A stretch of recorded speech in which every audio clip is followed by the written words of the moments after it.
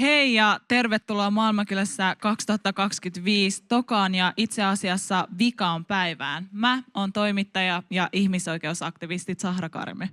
Lämpimästi tervetuloa munkin puolesta. Mun nimi on Alen Sampo ja mä oon tanssitaiteilija ja koreografi. Tänä vuonna minä ja Zahra ollaan tosiaan tämän puhelavan juontajat täällä Maailmankylässä festareilla. Ja tänne puhelavalle niin siis nimensä mukaisesti keskittyy erilaiset puheohjelmat. Täällä on erilaisia keskusteluja, haastatteluja, paneeleita ja muita ajankohtaisia puheenvuoroja. Ja tänään sunnuntaina meillä on täällä luvassa 10 upeata keskusteluohjelmaa. Mukana on muun muassa Viral Vegans, Seksikäs suklaa ja Dostela, ihmisoikeusaktivisti Terry Munan Sagu ja paljon muita puhujia maailmalta, kuten Libanonista, Japanista, Malista ja Sambiasta.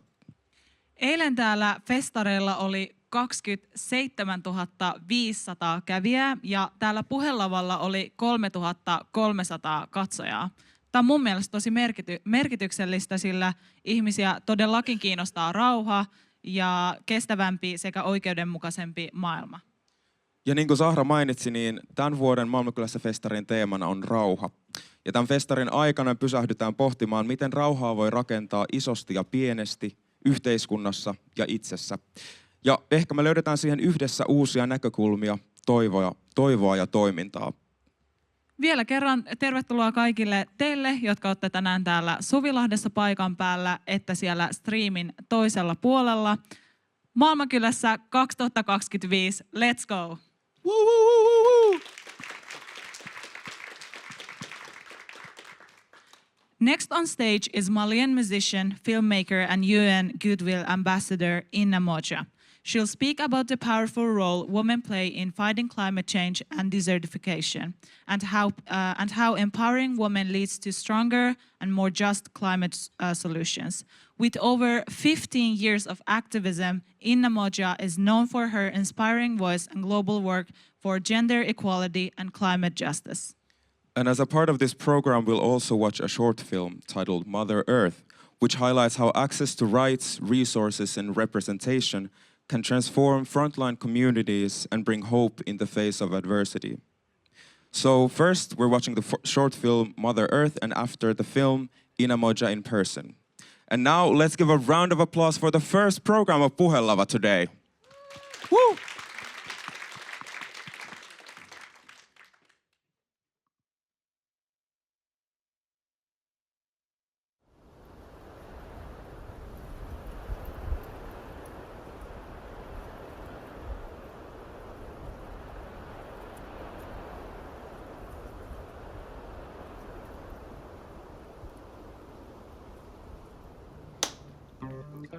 I'm Inna Modja, musician, filmmaker, and gender and climate justice campaigner.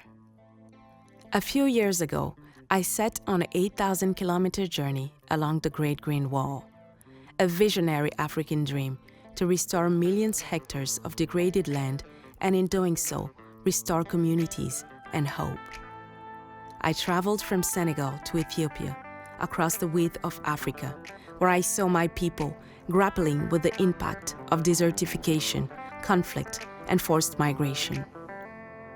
I saw the fierce strength of women relentlessly fighting to protect their land. My new journey started in New York, at the United Nations headquarters. This time, my daughter Valentina joins me, symbolizing the future we must protect. Excellencies, ladies and gentlemen, I'd like to introduce to you possibly one of the youngest recruits of the UN. Please welcome to the stage Valentina and her mother, UNCCD Goodwill Ambassador Inna Modja. Women and girls around the world are facing worsening droughts, raging wildfires, and devastating floods and famines.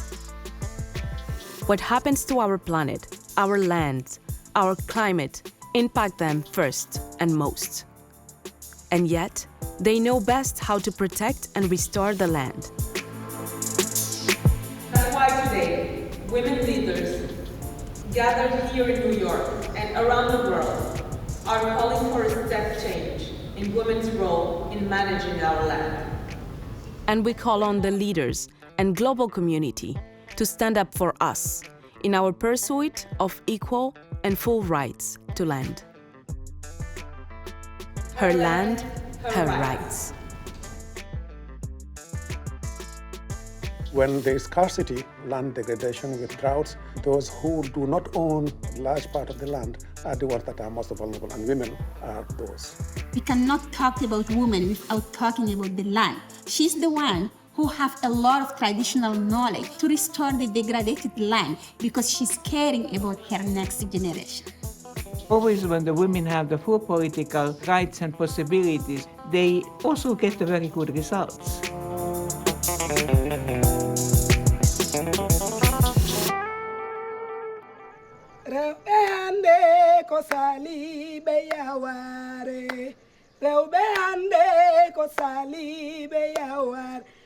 Hande mi mana rewbe leidam salino be gache tampani ya ware debbo mi mana rewbe debbo Afrique najo caltido ya ware nyamani njarani lalaki danaki tampere ngambam tare chudi mwen ko debbo ande ko calinoɗo yaware debbo caltiɗo yaware. This is a testament to their courage, resilience, and valuable contribution. I also urge the world to hear the voices of our indigenous people and the younger generation. De que a gente precisa fazer as coisas juntos. Não dá para a gente imaginar que uma resposta vai vir só de uma pessoa, de um líder, ou vai vir só de um país. When we look at the work that is being done all around the globe, women are present. They are taking care of the land, they are taking care of their kids, they are taking care of their communities. O clima é força feminina e a terra é força feminina. E por isso nós conectamos direto com essa agenda climática. Sem direito das mulheres, também não tem clima. Mulheres podem fazer tudo e atravessar fronteiras. Women can do everything. Jigéen ñi mën nañu def lépp. Las mujeres podremos lograr lo que sea. Les femmes peuvent tout faire.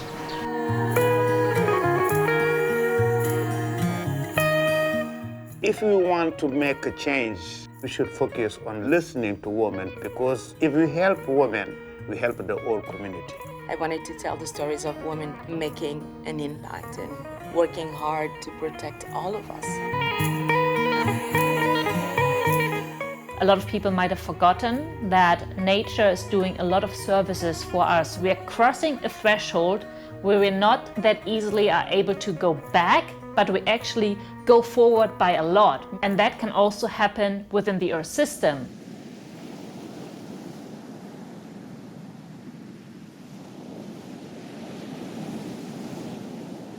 A minha jornada ela foi como um rio que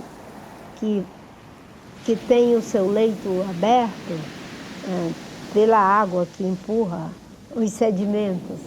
Eu encontrei muitos sedimentos à minha frente, o analfabetismo, a pobreza, doenças tropicais, o racismo e a discriminação contra o fato de ser uma mulher preta. Então, é como se fosse um pequeno veio d'água que vai empurrando esses sedimentos e essas barreiras à sua frente, mas que, de repente, recebeu água de outros veios d'água e foi se tornando forte no meio de tudo isso. Fico muito feliz de ver pessoas jovens como você dando continuidade a esse legado. Me enche de esperança, porque é ter para quem passar o bastão. Muito.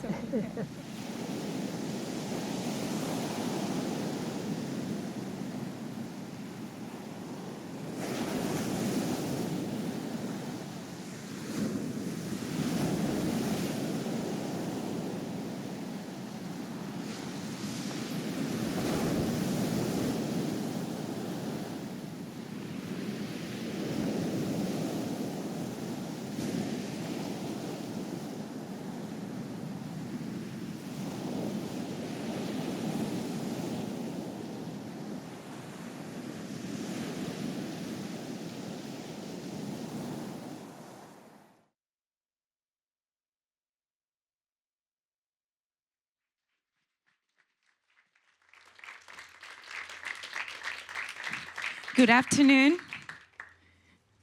Thank you so much for being here today. It's a real privilege to be at this festival. It has been years that we have been talking about it, and finally, I am humbled to be here. I would like to start with saying Happy Africa Day.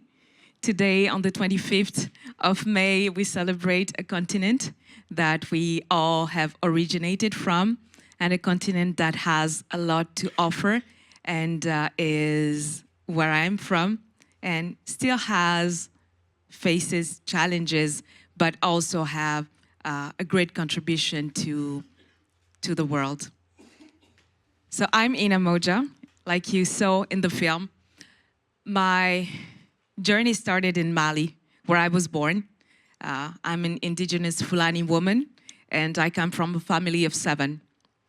I would like, before telling you about the film that you just seen, just quickly introduce myself intimately and tell you what brought me on this stage today. So when I was 4.5, I went through female genital mutilations behind the back of both my parents. My father used to consider himself as a feminist, and I told you that I am number 6 of 7 kids, and we have 5 girls and 2 boys. So he was surrounded by women, so he didn't really have a choice than to be a feminist. He dreamed of a world where girls and boys are born with the same rights, and despite their position, he and my mother, a family member, took me and each of my sisters to practice this barbaric tradition on us. I love a lot of our traditions, but some are very harmful to women. And what I would say, the reason why I'm talking about this is that it is very tied to desertification, climate change, and how the planet is changing, because it has to do with women's rights. So female genital mutilation is practiced all around the world, I would say, in different communities in Africa, Orthodox communities in Egypt, Muslim communities in West Africa. So it's not about religion. It's practiced in Indonesia. It's practiced in some communities in Latin America with different cultures, different religions. The only thing in common is woman's body. And so taking part of the integrity of a woman's body is not only harming her, but defining her role in our society, defining where she stands, what could be her contributions, and telling her how her dreams can evolve. And it also shows a woman that she cannot dream that big, because taking that symbol of femininity is telling her, okay, this is your role and it's not big, so you have to stay in this box. But sometimes what happens is that when you're forced to stay in a box, especially when you have 2 feminist parents, is that you break the box and you think even bigger than that. Your dreams have no limit, because people try to put not only a ceiling, our ceiling was here. So we had to be in this position to shrink ourselves, to not take too much space, to not speak too loud, to just quietly engage in the role that society had given us. And so at 19, I left my home country, Mali. I went to Europe to study, and I realized that I was different, that my body was different from other women. For my family, everyone, because I'm one of the youngest, everyone has traveled before me to go and study. So it's part of an initiatic journey to become an adult, to learn how to be independent, to learn how to become a functioning adult in the world and go out there. And so I thought, okay, I'm going on this initiatic journey.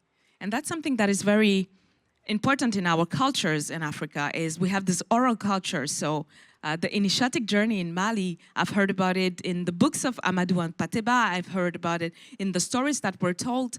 And so I was very excited to go. And when I arrive and I look around me and I realize, okay, I'm culturally different. I will learn another culture and it will make me more rich. And then I went to a doctor and she said, oh, you went through female genital mutilations. And I said, how do you know? Sorry for my naivety. At 19, I didn't know that my body was so different that somebody else could see.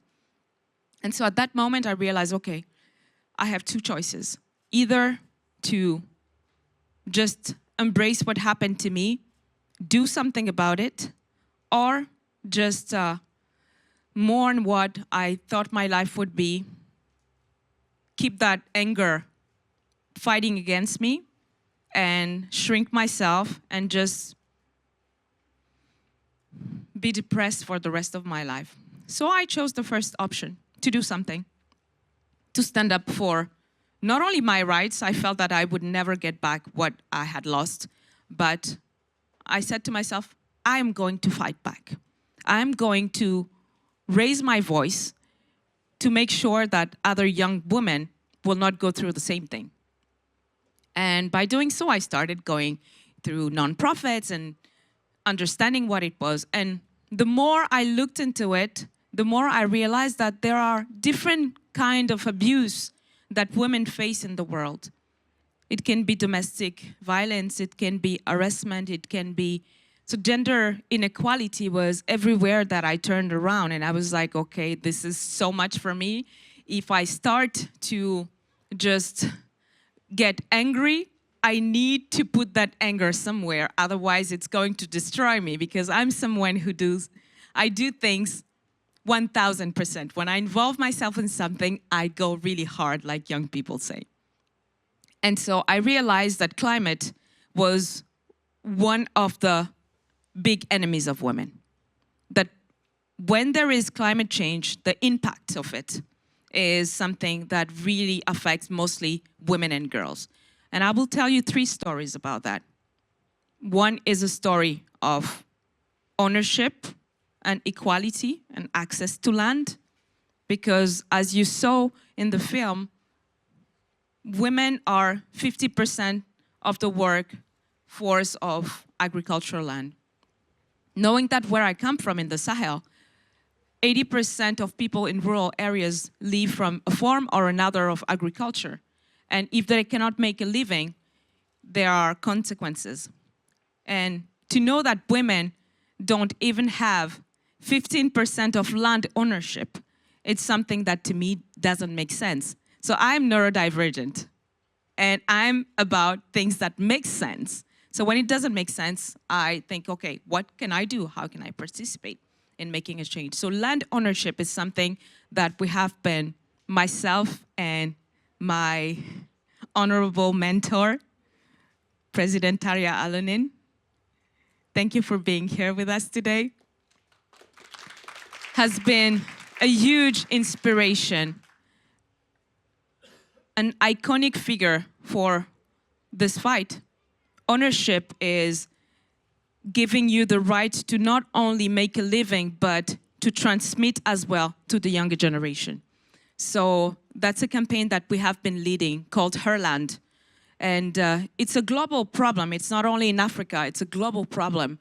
Land ownership of women gives them the same rights, gives them the same benefit. And we know that almost everything comes from land. Our food comes from land. Our clothes come from land. The fabrics that we wear are given to us by the land. Either cotton, even the fabrics that are from petrol, like, you know, the textile, come also from the land. So the way that we manage land, we have to make sure that it's equal, to make sure that it benefits everyone. And when women are given land rights and the way that they manage things, the communities are better, because oftentimes women are the foundation of communities. The second story that I'm going to tell you about is about conflict. I come from the Sahel. I was born in Bamako, but my dad comes from the northern part of Mali, which I don't know if you know the place Timbuktu, Gao, Mopti. That's where my father comes from. And in those areas, there is a lot of conflict. In Mali, it has been 13 years, but the Sahel has been facing conflict for a long time. And this conflict, a lot of them started because of desertification. When the lands do not provide food anymore, there starts to be conflicts. There starts to be outsiders who come in the communities, and we have seen armed groups like Boko Haram or Al-Qaeda from the Maghreb taking piece by piece part of the Sahel. So I went to Nigeria while I was filming The Great Green Wall. I met 2 former Boko Haram. It was one of the scariest things I've done in my life, going to interview them, because we were a very small crew, and we were going in. We were just trusting the lady who were accompanying us to meet this former Boko Haram, and it could have been a trap, but we trusted really this lady. And so we went to meet these 2 young people, a girl and a boy. He was 16 and she was 17. And they were both abducted by Boko Haram. Their village were burned down, their family killed in front of their eyes. And it's a region where Lake Chad has shrunken 90% in 50 years. And so you can imagine that people who fish, who use the water for agriculture, cannot make a living. So the communities has been weakened down. So this armed force have taken over. So these 2 young people, the young lady was 13 when she was abducted, and she was forced into marriage to a soldier of Boko Haram. And so I will not go into graphics because you all know what that means, child marriage. And so after her first husband died, because they go into raids and burn more villages and fight against communities, they wait 40 days to marry her to a second one. And depending on your age, when you're a girl married like that, when your second husband dies, or the third one, depending on your age, they then sent you as a human bomb to a village. So she managed to escape. And her story was very, very difficult, because what happened is that she always wanted to escape, because the fate of a child bride is very difficult. And he was abducted at 9, and his father was killed in front of him, but he was groomed, he was brought in, he was taken care of, he was fed well, he was given responsibilities, and growing up, he was told that he was chosen by God to do this. And so when I was looking at them, she was still very angry and wanted her a future. And he was kind of nostalgic, because both of them were not really embraced by society after they escaped Boko Haram. So these 2 young people were 2 sides of the same coin, 2 fates. She wanted a new life, she was angry about what happened, and he was reminiscing and missing because he had a sense of belonging. And so that's one story. The other story is about migration. Because in desertic areas, when people cannot farm, when people cannot make a living, they have to flee, because that's human nature. We've migrated for centuries. But in today's world, migrating is not the same for everybody. Some people are seen as refugees, some people are seen as migrant, depending on your origin, depending on your color, depending on multiple things. And so in the Sahel particularly, there is this African dream that has been outside of the continent for such a long time. To make it, you would have to go out of the continent. You will have to migrate. So I spent a little bit of time in Agadez, at the doors of the Sahara, in a refugee camp. And all of these young people, men and women, had been rescued by the army or had come back to this camp.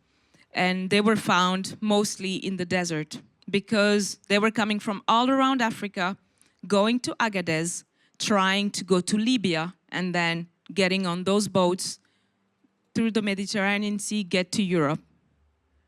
At some point it was through Algeria, at some point it was through Morocco to go to Spain, but now it's to go to Libya and go to Italy. So in 2017, I saw for the first time, I heard for the first time, people who had been through modern day slavery. And 3 months after that, we saw a short documentary on CNN about it. And I've heard the story firsthand about how their family paid. They put money together to send one person to do this journey, because dreams are one of the biggest, most powerful things.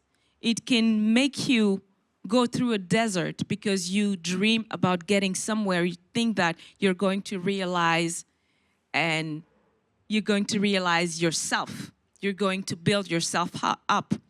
People shouldn't be going through that just to live with dignity.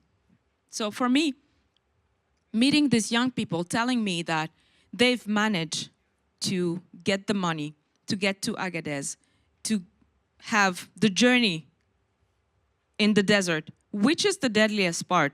We've seen in the news a lot of people who was drowned in these boats going from Libya to Italy, and the boat sank and people passed. But what we haven't been talking about is the people who are taken by the traffickers. They are supposed to pay them for them to bring them to Libya and to get them in the boats. But what happened is that these people either take their money, abandon them in the desert, or what they do is they bring them to Libya, and when they arrive there, they're already sold. So they go to prison, and this prison either call the family and ask for money, and if not, you are sold. And so it's tragic stories. And when they manage to get out of Libya and go through the sea and arrive, people don't realize that this is climate refugees. They had flee somewhere. They didn't arrive to Europe just because they wanted to have a career. They flee because they wanted dignity. They wanted to feed their family. So this is something, I don't have a lot of time. I have 5 seconds left. But all of this to say that climate change is not only natural disaster. It's not only temperature rising, even though temperature rising can be deadly in some parts of the world. Climate change is about human dignity. And one thing that we can all do is contribute to end it and realize the different impacts that it has. So the theme of the festival is peace. And climate change brings conflicts and wars in very weakened areas. And sometimes these wars are not only physical fighting, it's also wars on women's body and lack of education, because when a young girl or a woman spend 7 kilometers per day just to go and get water and come back, they don't have time for education.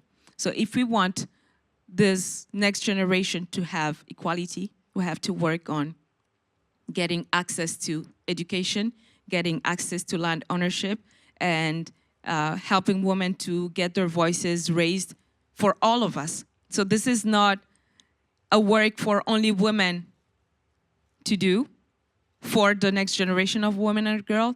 It's a work of all of our communities together. And what is great is that we can do it, all of us, even if we're not impacted by desertification or if we're not impacted by other natural disaster.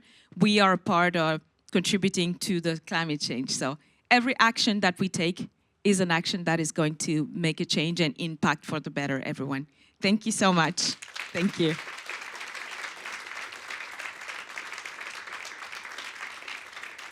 I would like to introduce you, Valentina. Thank you so much.